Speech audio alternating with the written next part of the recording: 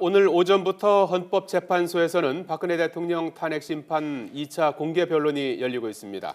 유일하게 증인으로 출석한 윤전추 행정관은 세월호 7시간 대통령의 행적 등에 대한 증언을 이어가고 있습니다. 네, 현장 취재기자 연결하겠습니다. 박석영 기자.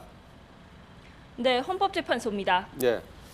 자, 오늘 윤전추 청와대 행정관이 증인으로 출석했는데요. 구체적으로 어떤 증언을 했습니까?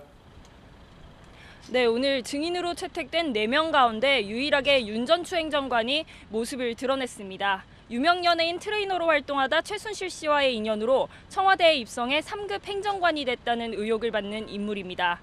국회 국조특위에서도 불출석했다가 처음으로 증언대에 오른 겁니다. 윤전추 행정관은 오후 3시에 열린 증인신문에서 청와대 관저에서 최순실 씨를 본 적은 있지만 최 씨가 청와대를 손쉽게 출입할 수 있는 정도의 위치에 있다는 것은 몰랐다고 진술했습니다. 그러면서 최 씨와의 친분을 부인하면서 청와대에 입성할 때 최 씨의 영향력이 작용한 것은 아닌 것으로 생각한다고 밝혔습니다. 또 세월호 참사 당일 아침 8시 반쯤 대통령이 있는 관저에서 대통령 지시를 받아 업무를 수행했다고 밝혔습니다. 어떤 업무였는지는 정확히 기억나지 않지만 대통령이 오전 9시쯤 집무실로 들어갔던 것과 오전 중에 안봉근 전 비서관과 급한 일로 대면했던 것은 기억한다고 말했습니다. 아울러 오후에는 대통령의 머리와 메이크업을 담당하는 미용사 2명을 청와대 관저 안으로 들어올 수 있게 본인이 직접 안내했고 관저에 정호성 전 비서관이 오기도 했다고 밝혔습니다. 같은 시각 증인으로 채택됐던 이영선 행정관은 오늘 오전 불출석 사유서를 제출했습니다. 앞서 오후 2시 청와대 문고리 3인방 일원인 안봉근, 이재만 전 비서관도 증인신문에 불출석했습니다.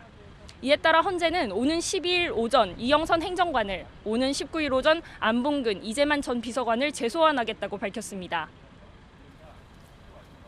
앞서 오전 재판 분위기는 어땠습니까? 네, 헌재는 오전 10시부터 1시간 반 동안 오전 재판을 이어갔습니다.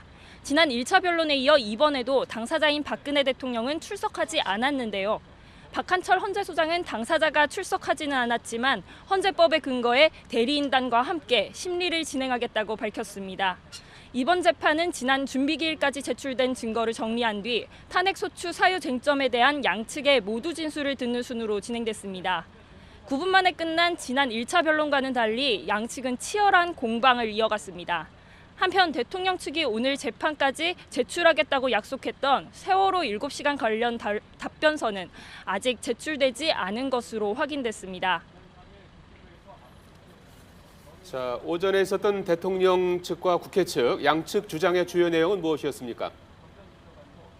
네, 먼저 국회 측은 박 대통령이 직무집행 과정에서 헌법과 법률을 위반했다고 주장했습니다. 국가정책을 사익 추구의 도구로 이용했고 국가 원수의 본분을 망각해 대통령직 자격 상실의 이유가 있다고 강조했습니다.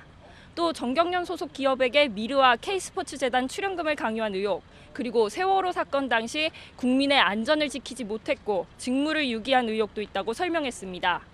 이에 대해 대통령 대리인단은 검찰 수사 기록에 대통령이 공범으로 적시돼 있지만 수사가 미흡하다는 입장을 보이기도 했습니다. 그리고 최순실 씨의 의견을 조금 참고했을 뿐이라며 최 씨가 개인적인 이득을 취한 것은 유감이라고 밝혔습니다.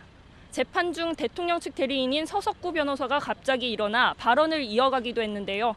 서 변호사는 국내 언론과 북한 노동신문을 함께 묶어 강하게 비판하고 박 대통령 퇴진을 요구하는 촛불 집회의 배후가 과거 민중총궐기를 주도한 민주노총이라고 주장해 재판장의 제지를 받기도 했습니다.